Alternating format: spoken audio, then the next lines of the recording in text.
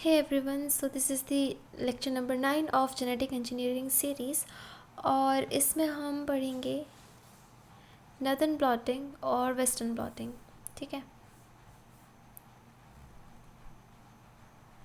सो सबसे पहले हम पढ़ेंगे नदन ब्लॉटिंग. ये ऑलमोस्ट सदर्न ब्लॉटिंग जैसे ही है, बस इसमें डिफरेंस ये है कि हम यहाँ पे आरएनए का एनालिसिस करते हैं. Now northern blotting. ओके, सो हम डायरेक्टली यहाँ पे डिफिनेशन लिखते हैं कि it is a technique which is based on the principle of blotting. और प्रिंसिपल क्या था ब्लॉटिंग का, याद करो. किसी एक मेम्ब्रेन से दूसरे मेम्ब्रेन में ट्रांसफ़र करेंगे जो भी हमारा टारगेट सैम्पल है, जो भी हमारा टारगेट मॉलिक्यूल है या बायोमॉलिक्यूल है. ठीक है, उसको हम एक मेम्ब्रेन से दूसरे मेम्ब्रेन में ट्रांसफ़र कर रहे हैं. तो ये है principle of blotting for the analysis. अब नदन ब्लॉटिंग में किसका एनालिसिस था, याद करो. सदर्न ब्लॉटिंग में था डीएनए का, नदन ब्लॉटिंग में है आरएनए का, और वेस्टर्न ब्लॉटिंग में होता है, बताओ, प्रोटीन का. ठीक है. Analysis of specific RNA in a complex molecule या बायोमॉलिक्यूल. ठीक है, मॉलिक्यूल्स मिक्सचर, या फिर हम डायरेक्टली मिक्सचर लिख देते हैं, कॉम्प्लेक्स मिक्सचर. ओके, अब ये मॉडिफाइड वर्जन है ऑफ कोर्स सदर्न ब्लॉटिंग का, क्योंकि वो सबसे पहले डिस्कवर हुआ है ना. और इसको हमने डिस्कवर किया है आरएनए के एनालिसिस के लिए. ओके, अब इसमें क्या है, सारे के सारे जो भी प्रिंसिपल है या टेक्निक है वो ऑलमोस्ट सिमिलर है सदर्न ब्लॉटिंग से. लेकिन एक डिफरेंस आ जाता है इसमें, जो कि है प्रोब्स. क्योंकि इसमें हम आरएनए का डिटेक्ट कर रहे हैं, आरएनए सीक्वेंस को डिटेक्ट कर रहे हैं ना. उसमें हम डीएनए डिटेक्ट कर रहे थे, अब आरएनए डिटेक्ट कर रहे हैं, मतलब इसमें डिफरेंट प्रोब्स चाहिए होंगे जो कि आरएनए से बाइंड करे. तो इसमें डिफरेंस हो जाता है प्रोब्स का. ठीक है, सो यहाँ पे हम लिख देते हैं कि it is identical to southern blotting, है ना, लिख लेना पूरा, except for the probes used. इसमें जो probes used होते हैं डिटेक्शन के लिए वो डिफरेंट होते हैं. ठीक है, as it is used to detect RNA sequence. ठीक है, अब इसमें ना हम आरएनए की लेंथ, आरएनए के में जो भी वेरिएशंस प्रेजेंट है, ये सब इससे पता करते हैं. ठीक है, used to detect length variation in RNA, length या कोई भी वेरिएशन है सीक्वेंस में. ओके, और इनफैक्ट हम इसको can also be used in quantification, practicals experiments, in quantification of RNA. ठीक है, अब जो इसमें अगर प्रिंसिपल आपको लिखना हो कहीं पर, तो आप ऐसा लिख सकते हैं कि मतलब सिमिलर टू सदर्न ब्लॉटिंग, है ना, पूरा का पूरा सिमिलर है. सो इसमें क्या होता है प्रिंसिपल में, आप पिछले लेक्चर में जाके देख सकते हो. ठीक है, तो मैं यहाँ पे डायरेक्टली लिख देती हूँ कि यहाँ पे एक बायोमॉलिक्यूल से जो भी हमारा टारगेट सीक्वेंस है उसको सॉरी ये एक मेम्ब्रेन से, मैंने बायोमॉलिक्यूल लिख दिया, एक मेम्ब्रेन से दूसरे मेम्ब्रेन में ट्रांसफ़र किया हमारे जो भी टारगेट बायोमॉलिक्यूल है उसको, ठीक है, ट्रांसफ़र किया जो भी हमारा टारगेट बायोमॉलिक्यूल है उसको। तो ये इसी प्रिंसिपल पे बेस्ड है कि एक मेम्ब्रेन से दूसरे मेम्ब्रेन को हमने ब्लॉटिंग, ये ब्लॉटिंग होती है, ठीक है। अब इसमें भी सिमिलर होता है कि हम रिस्ट्रिक्शन डाइजेशन से हमारे जो भी आरएनए सैंपल है उसको डाइजेस्ट करके उसके फ्रेगमेंट्स बना रहे हैं, है ना, और उसके बाद उसको जेल इलेक्ट्रोफोरेसिस में रन कराते हैं, ठीक है, ठीक है। लेकिन है ना, इसमें एक प्रॉब्लम होती है, जब हम जेल इलेक्ट्रोफोरेसिस से उसको सेपरेट करते, मतलब सॉरी, जब भी आरएनए सिंगल स्टैंडर्ड फॉर्म में है तो वो सेकेंडरी स्ट्रक्चर्स बना सकता है इंटरमॉलिक्यूलर बेस पेयरिंग से। तो जब हम इलेक्ट्रोफोरेसिस सेपरेशन करते हैं तो उसको डीनेचरिंग कंडीशंस में करते हैं ताकि वो जो भी इंटरमॉलिक्यूलर अपना बॉन्ड्स ना बना पाए, ठीक है। सो यहाँ पे लिख देते हैं as single strand RNA can form secondary structure, है ना, बाय इंटरमॉलिक्यूलर बेस पेयरिंग, ठीक है। तो जो हम इलेक्ट्रोफोरेसिस करते हैं, दी जेल इलेक्ट्रोफोरेसिस, ठीक है, of the RNA segment is performed under denaturing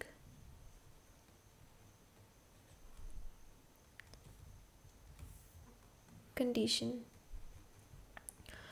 बाकी स्टेप्स इसमें ऑलमोस्ट सेम है, ठीक है, कि जो हमारा सेपरेटेड आरएनए फ्रेगमेंट है ना, उसको हमने जो भी सेपरेटेड आरएनए फ्रेगमेंट, मतलब ये हमारे आरएनए के शॉर्ट फ्रेगमेंट्स है, उसको हमने जेल इलेक्ट्रोफोरेसिस से सेगमेंट कर दिया और उसको हमने फिर हमारे नाइट्रोसेल्यूलोज मेम्ब्रेन में ट्रांसफ़र कर दिया।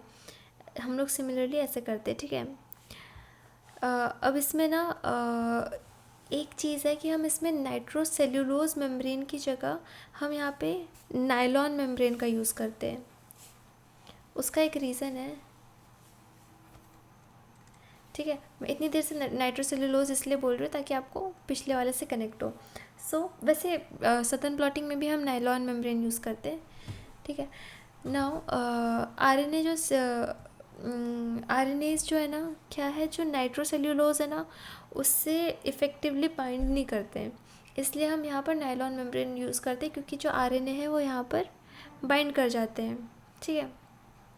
उसके बाद इसको इमोबिलाइज़ करते हैं, इस पर इमोबिलाइज़ करते हैं, और जो भी हमारा प्रोब है उसके बाद उसमें उससे कॉम्प्लीमेंटैरिटी, अपनी कॉम्प्लीमेंट्री जो भी सीक्वेंस है उससे जुड़ने के लिए हम प्रोब्स को भी उसमें डाल देते हैं, ठीक है।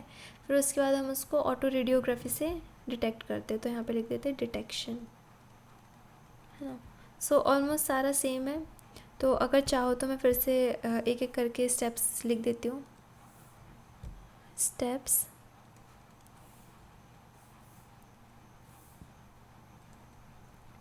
फर्स्ट स्टेप है यहाँ पर separation of RNA on denaturing, ताकि वो इंटरमॉलिक्यूलर बेस पेयरिंग ना कर दे, ठीक है। डीनेचरिंग जेल, सेपरेशन करा लिया हमने डीनेचरिंग जेल में। डीनेचरिंग जेल कैसे बनता है, जो भी हमारा आरएनए जेल सॉल्यूशन है उसको जब हम बनाते हैं तो उसमें फॉर्मल्डिहाइड ऐड कर देते हैं, जो भी हमारा एगरोज सोल्यूशन है उसमें हम क्या ऐड कर देते हैं, फॉर्मल्डिहाइड, ठीक है। उसके बाद वही कास्टिंग करते हैं जैसे कि हम जेल इलेक्ट्रोफोरेसिस में करते हैं। वैसे तो हम आगे पढ़ेंगे जेल इलेक्ट्रोफोरेसिस, पर ये जानना ज़रूरी था कि हम डीनेचरिंग जेल कैसे बनाते हैं, यूजिंग फॉर्मल्डिहाइड, ठीक है, इन एगरोज सोल्यूशन। ओके, ये हमारा फर्स्ट स्टेप था। अब जो नेक्स्ट स्टेप है उसमें हम क्या करते हैं, जो हमारा आरएनए है उसको ट्रांसफ़र करते हैं हमारे नाइट्रोसेल्यूलोज, नहीं किस में बताओ, transfer of RNA from gel to, बताओ, नायलॉन मेम्ब्रेन। अगर आप सही हो तो मतलब आप सुन रहे थे मेरी बात। नायलॉन मेम्ब्रेन, ठीक है। सो हमने हमारा जो आरएनए है उसको जेल से नायलॉन मेम्ब्रेन में ट्रांसफ़र कर दिया, ठीक है। इसका भी ऑलमोस्ट सिमिलर सेटअप होता है सदर्न ब्लॉटिंग जैसा, है ना। एक ऑब्लोंग स्पंज लगाते हैं जो कि जेल से थोड़ा बड़ा होता है, फिर उसके बाद जेल रखेंगे, फिर उसके बीच में कुछ वॉटमैन फ़िल्टर पेपर भी रख सकते हैं, ठीक है, वो इफ़ेक्टिवली वेट कर देगा। उसके बाद जेल रखेंगे, फिर नायलॉन में मेम्ब्रेन रखेंगे हमारा जिसमें हमें ट्रांसफ़र कराना है। उसके बाद रखेंगे ऊपर कुछ पेपर टॉवल्स या वेट भी रखते हैं ताकि ढंग से जो भी ट्रांसफ़र हो जाए और कुछ एयर बबल्स ना रहे, इसका हम ध्यान रखते हैं, है ना। सो ये था transfer of RNA from gel. Now third, nitrocellulose membrane में आ गया, उसके बाद उसको हमें इमोबिलाइज़ करना है। सो इमोबिलाइजेशन करने के लिए हम क्या करते हैं, सिमिलर वैसे ही करते हैं, हम ओवन में रख सकते हैं और उसमें हम वैक्यूम का भी यूज़ करते हैं। बट जो ओवन है वो उसमें वैक्यूम का यूज़ मैंने लास्ट टाइम नहीं बताया था, तो इस बार बता देती हूँ। हम जो भी ओवन यूज़ करते हैं वो वैक्यूम ओवन होता है, उसमें अराउंड 80 डिग्री सेंटीग्रेड 2 घंटे के लिए हम हमारे मेम्ब्रेन को रख देते हैं, तो वहाँ पे वो इमोबिलाइज हो जाता है, ठीक है। और कुछ केसेस में सिमिलरली यूवी का भी हम उसमें ट्रीटमेंट करते ताकि वो वहाँ पे इमोबिलाइज हो जाए, है ना। सो नेक्स्ट स्टेप है हाइब्रिडाइजेशन।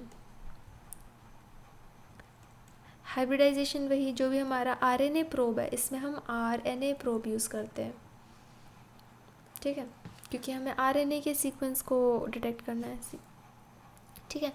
अब इसमें आरएनए प्रोब जो यूज़ किया है उसको हमने उसमें सोल्यूशन में डाल दिया, है ना। फिर उसके बाद जो प्रोब्स है वो अपने कॉम्प्लीमेंट्री सीक्वेंस में जाके लग जाएगा। उसके बाद हम उसको बाद में डिटेक्ट कर सकते हैं, किससे, हमने लास्ट टाइम किससे किया था, याद करो, डिटेक्शन किया हमने किससे, ऑटो रेडियोग्राफी, ऑटो रेडियोग्राफ का यूज़ करके हमने डिटेक्ट कर लिया हमारे आरएनए सीक्वेंस को, जो प्रोब्स थे, ठीक है। आरएनए प्रोब्स भी जो रहते हैं वो रेडियो एक्टिव होते हैं, ठीक है। अब सिमिलरली जैसा उसमें सदर्न ब्लॉटिंग में हमने क्या देखा, रिज़ल्ट इंटरप्रिटेशन के जिस तरह से बैंड बनेगा उस बैंड के लेंथ के हिसाब से हम पूरे सीक्वेंस का लेंथ डिटरमाइन कर सकते हैं, है ना। सिमिलरली यहाँ पर भी आरएनए सीक्वेंस को हम स्टडी कर सकते हैं, उसका आइडेंटिफिकेशन और उसके लेंथ डिटर्मिनेशन के लिए यूज़ कर सकते हैं, है ना। अब आता है इसके एप्लीकेशंस, कहाँ कहाँ पर हम नदन ब्लॉटिंग यूज़ करते हैं। फर्स्ट है, अरे पेन, फर्स्ट है हम identification techniques, identification of RNA in sample, किसी सैम्पल में हम आरएनए को आइडेंटिफाई कर रहे हैं उसके लिए यूज़ करते हैं, ठीक है। नेक्स्ट जो है वो हम किसी भी ट्रांसक्रिप्शन कोई मतलब किसी भी डीएनए के, जैसे कोई भी डीएनए है उसने ट्रांसक्राइब करके आरएनए बनाया, ठीक है,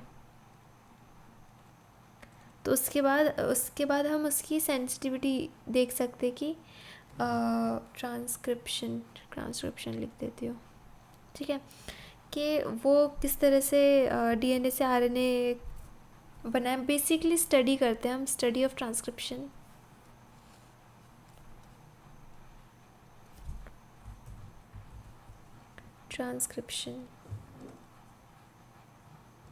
ओके, नेक्स्ट है हम किसी भी स्पेसिफिक एमआरएनए को क्वांटिफाई कर सकते हैं, है ना, किसी भी टिश्यू में प्रेजेंट है, अगर वो किसी लिविंग ऑर्गेनिज्म से हम उसको एक्सट्रैक्ट किए हैं, तो क्वांटिफिकेशन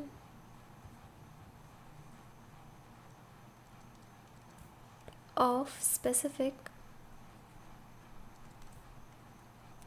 एमआरएनए हो गया। इसके बाद कुछ और भी है, जैसे डिसीज़ में भी, कुछ डिसीज़ेस में भी हम उसका यूज़ कर सकते हैं उसकी स्टडीज़ के लिए, जैसे कैंसर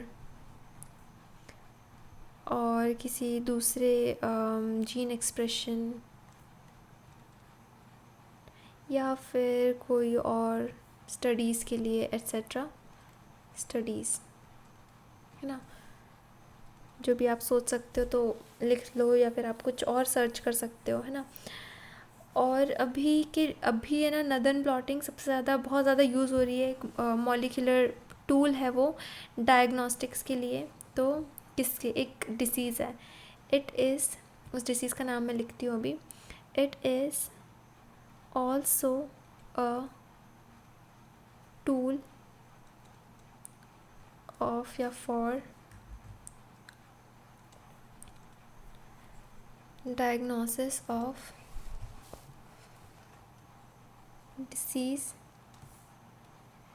like, बताओ, क्रॉन्स डिसीज़, ठीक है, जो क्रॉन्स डिसीज़ है उसकी डायग्नोसिस में नदन ब्लॉटिंग यूज़ होती है ना। उसके अलावा और भी चीज़ें, जैसे कोई वायरल आरएनए है उसको डिटेक्ट करना, ठीक है, detection of viral micro RNA, ठीक है। सो ये सब थे नदन ब्लॉटिंग के बारे में। अब नेक्स्ट है वेस्टर्न ब्लॉटिंग।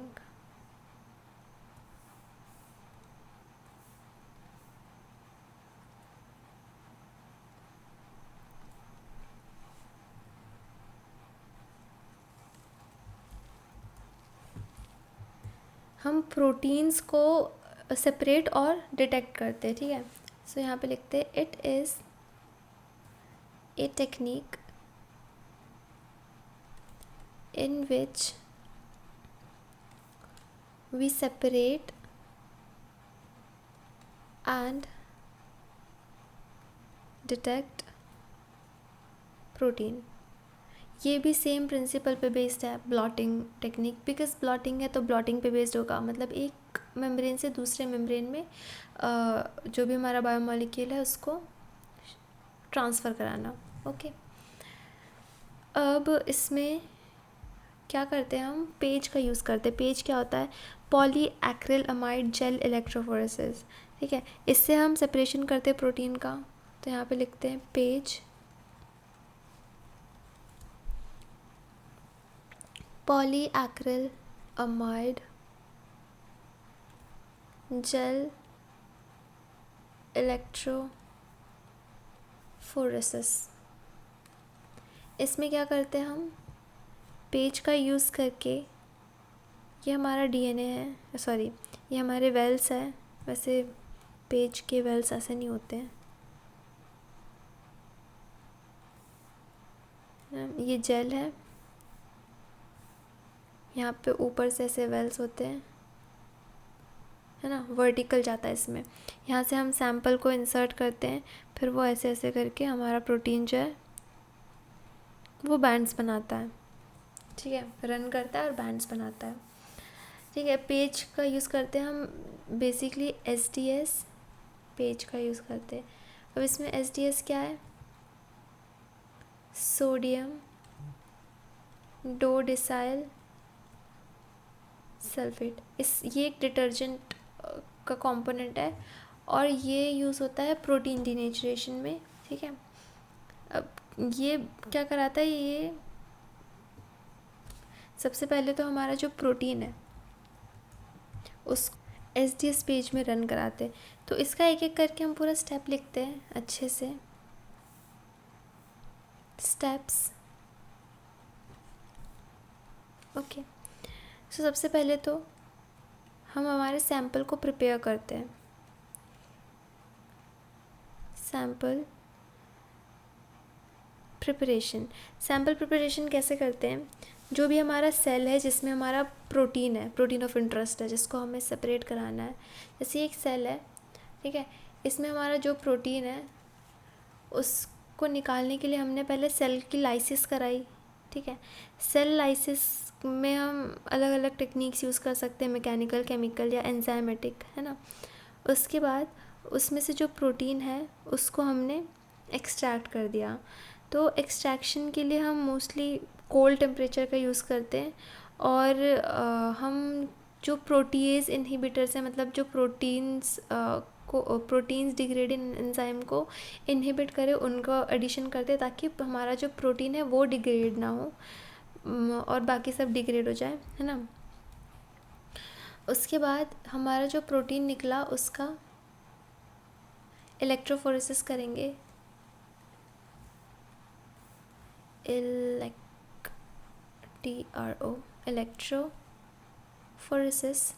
इलेक्ट्रोफोरेसिस में वही SDS पेज कर सकते हैं, है ना। तो SDS पेज करते हैं हम, जो कि वर्टिकल मेथड है SDS पेज। तो SDS पेज के बारे में हम अलग से पढ़ेंगे, पर अभी थोड़ा बहुत जान लो, ठीक है। SDS पेज करते हैं। SDS पेज के बाद हमारा नेक्स्ट जो होता है वो होता है प्रोटीन का transfer of the protein to the nitrocellulose membrane. तो प्रोटीन ट्रांसफ़र, इसमें क्या होता है, जो हमारा SDS पेज का जो जेल है उसको पहले हम ट्रांसफ़र बफर में डालते हैं, है ना। जो हमारा ये SDS पेज वाला ये जेल है, इसमें बैंड्स भी है, इसको हम ट्रांसफ़र बफर में रख कर छोड़ देते हैं। ट्रांसफ़र बफर में कलर भी रहता है ना, डाई भी रहता है जो डाई कर देता है उसको अलग से। फिर ट्रांसफ़र बफर से हम निकाल के उसको हमारे नाइट्रोसेल्यूलोज मेम्ब्रेन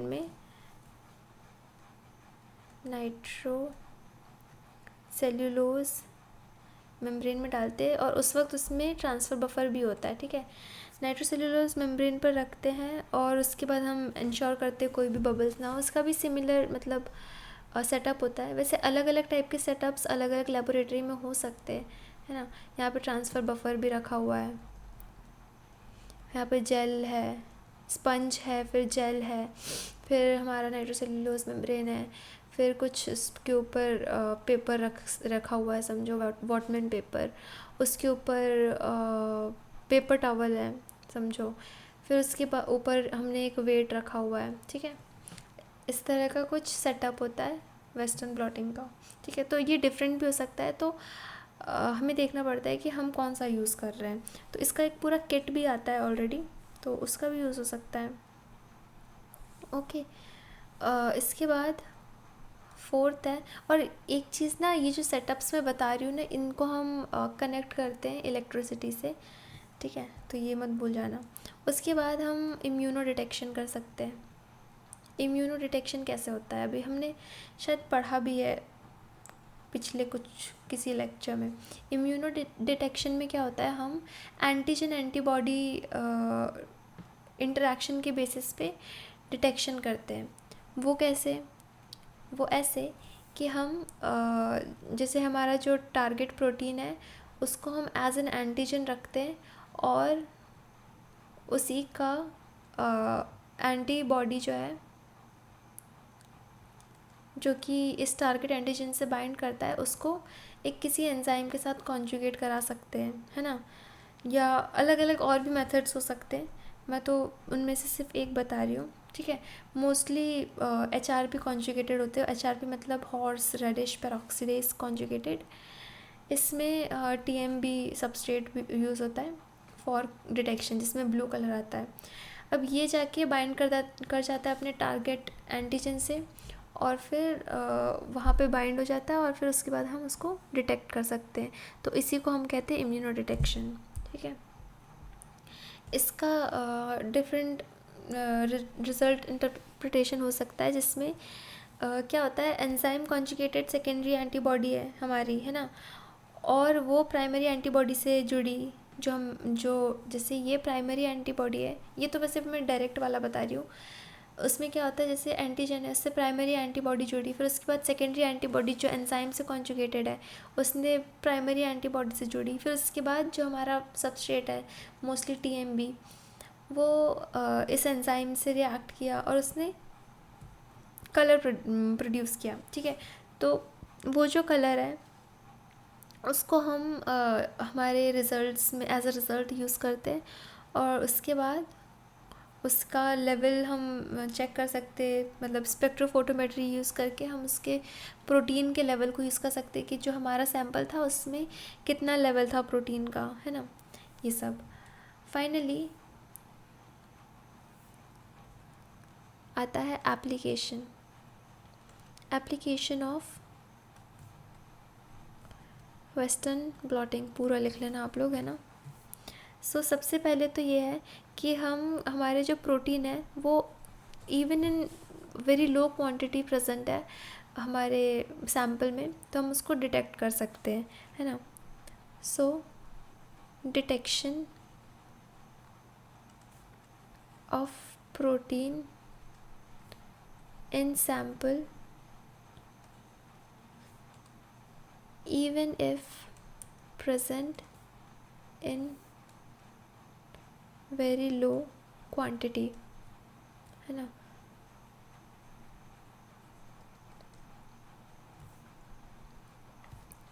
नेक्स्ट है, हम वेस्टर्न ब्लॉटिंग को कुछ डिसीज़ेस को डायग्नोस करने के लिए यूज़ कर सकते हैं ना।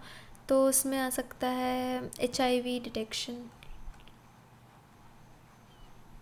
ठीक है। अब या फिर हम जीन के प्रोडक्ट का, मतलब कोई भी जीन है, उसने जो एक्सप्रेस किया है प्रोटीन को, मतलब पहले जीन था, DNA था, उससे RNA बनाया, फिर उसके बाद प्रोटीन बनाया, तो उस प्रोटीन को हम डिटेक्ट कर सकते हैं। तो बेसिकली हम जीन एक्सप्रेशन को स्टडी कर सकते हैं ना। तो यहाँ पे लिख देते हैं हम जीन अच्छे से लिखती हूँ ना, इधर थोड़ा नीचे, जीन एक्सप्रेशन स्टडीज़, जीन्स के एक्सप्रेशन स्टडीज़ में यूज़ होता है, ठीक है। उसके बाद और भी है, मतलब जैसे सेल्स में कोई प्रोटीन है, उसको फर्दर एनालाइज करना है ना, तो हम उसके लिए भी यूज़ कर सकते हैं, ठीक है। तो प्रोटीन एनालिसिस एंड स्टडी, ठीक है। या हम किसी बायोमार्कर का भी स्टडी कर सकते हैं using western blotting. Study of any bio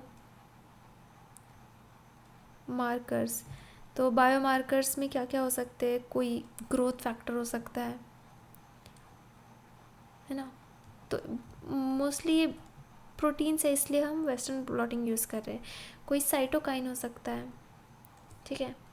immunology में मैं इन सब के बारे में अच्छे से पढ़ाऊँगी, ठीक है, मेरा फेवरेट टॉपिक है, ठीक है। कोई हार्मोन हो सकता है इन सब के स्टडी के लिए, क्योंकि हम इसको डिटेक्ट कर रहे हैं, तो स्टडी एंड डिटेक्शन ऑफ ऐसे लिख सकते हैं, एनी बायोमार्कर्स, है ना।